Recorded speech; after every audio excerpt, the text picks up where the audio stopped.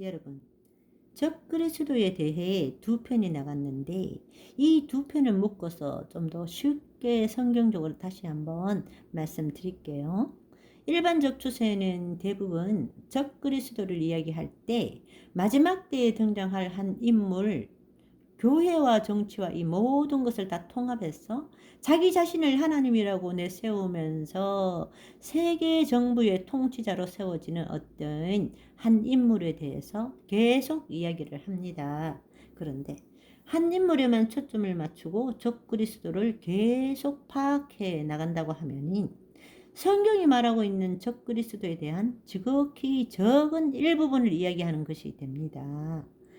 마지막 때에 나타날 한 인물, 그 인물도 적그리스도의 한 부류에 속하지만, 그러나 적그리스도라는 것은 성경에서 특히 요한 1서에서 분명하게 해설을 해주고 있는데, 성경에서 적그리스도라고 언급하는 것은 요한 1서, 2서 뿐입니다. 이 부분을 언급하지 않고는 적그리스도에 대한 온전한 이해를 할 수가 없다는 거죠.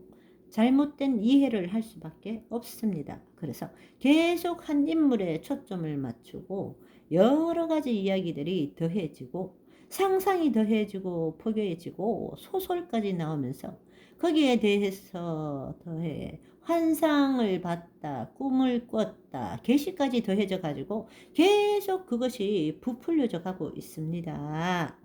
그런 것이 마치 아프리카에 가젤이 한 마리 팍 뛰기 시작하면 그 다음에 두세 마리가 막 뛰고 전체가 막 온 무리가 한 방향으로 막 달려가기 시작하죠. 한 방향으로 달려가면서도 대부분은 왜 달려가고 있는지 영문도 모른 채 그냥 남이 뛰니까 나도 뛰어갑니다. 질주합니다. 너가 달려가니 나도 달려간다. 현대판 피리 부는 사나입니까? 적그리스도에 대해 이야기하는 분들은 하나같이 그런 식으로 이야기하고 있는 거죠.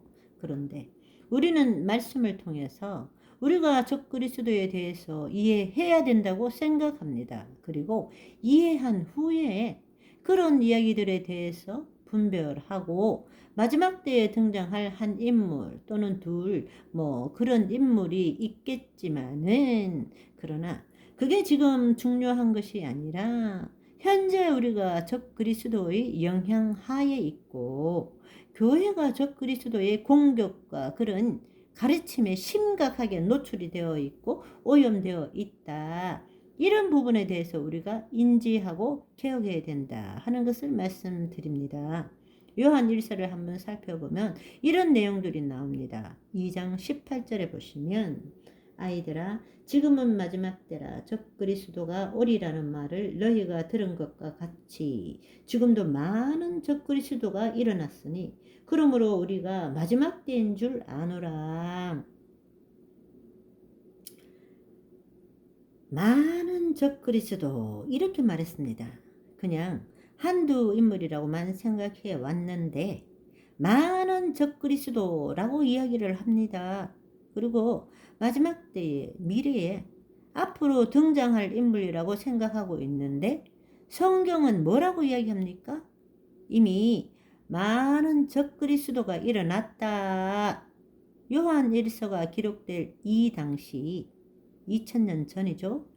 이미 많은 적그리스도가 일어났다. 한두 명이 아니고 많은 적그리스도 이렇게 이야기하고 있습니다. 그래서 우리가 적그리스도를 한두 인물로만 생각하고 계속 거기에만 초점을 맞추면 성경이 말하고 있는 이 내용들을 완전히 무시하는 처사가 되는 것이고 적그리스도에 대해서 바르게 분별하지 못하고 있다라는 것을 확실히 보게 되는 것이죠.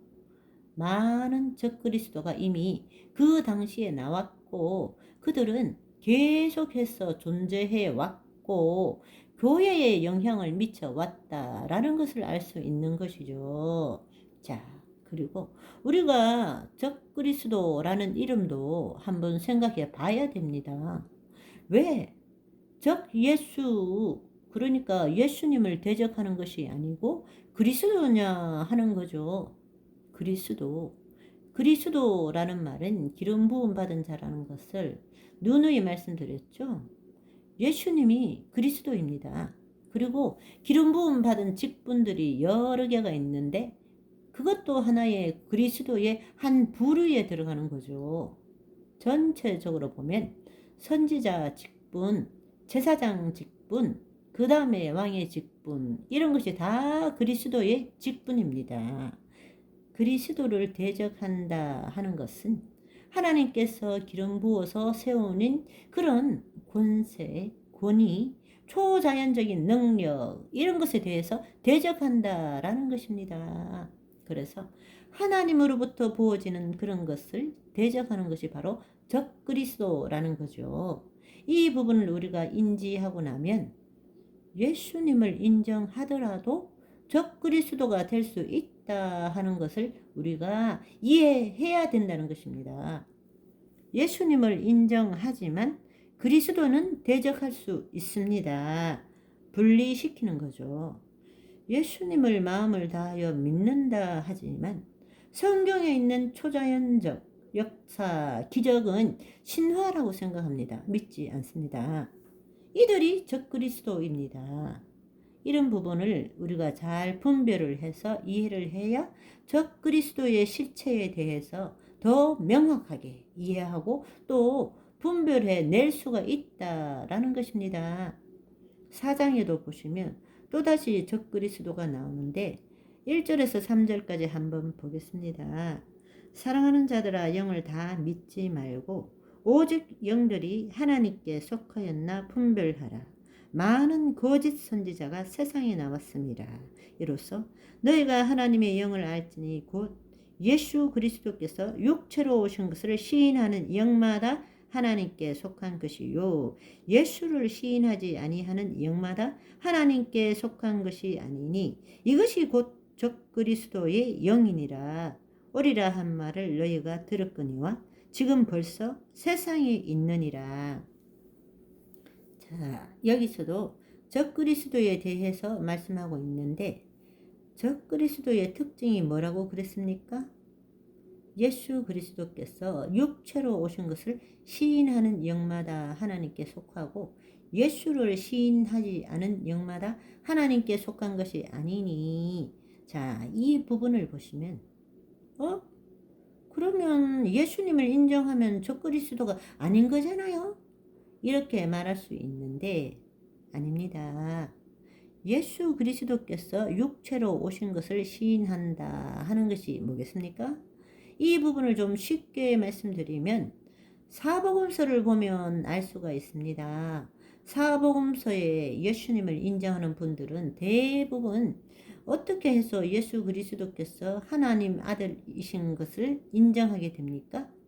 니고데모처럼 또 많은 그런 사람들처럼 당신이 행하시는 일들을 보니까 하나님께로부터 오신 분이 맞습니다.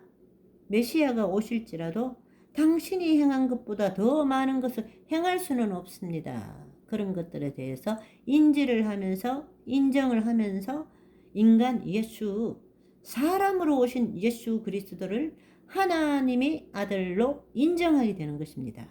그래서 예수께서 육체로 오신 것을 시인한다 하는 것이 바로 그런 의미입니다. 그런데 바리새인들은 어떻습니까? 그가 행하는 모든 이적과 기사를 다 보면서도 예수님을 인정하지 않습니다. 하나님의 아들로 인정하지 않습니다. 예수님의 신성을 인정하지 않습니다. 그게 바로 적그리스도라는 거죠. 요한 2서 1장 7절 미혹하는 자가 세상에 많이 나왔나니 이는 예수 그리스도께서 육체로 오심을 부인하는 자라. 이런 자가 미혹하는 자요 적그리스도니.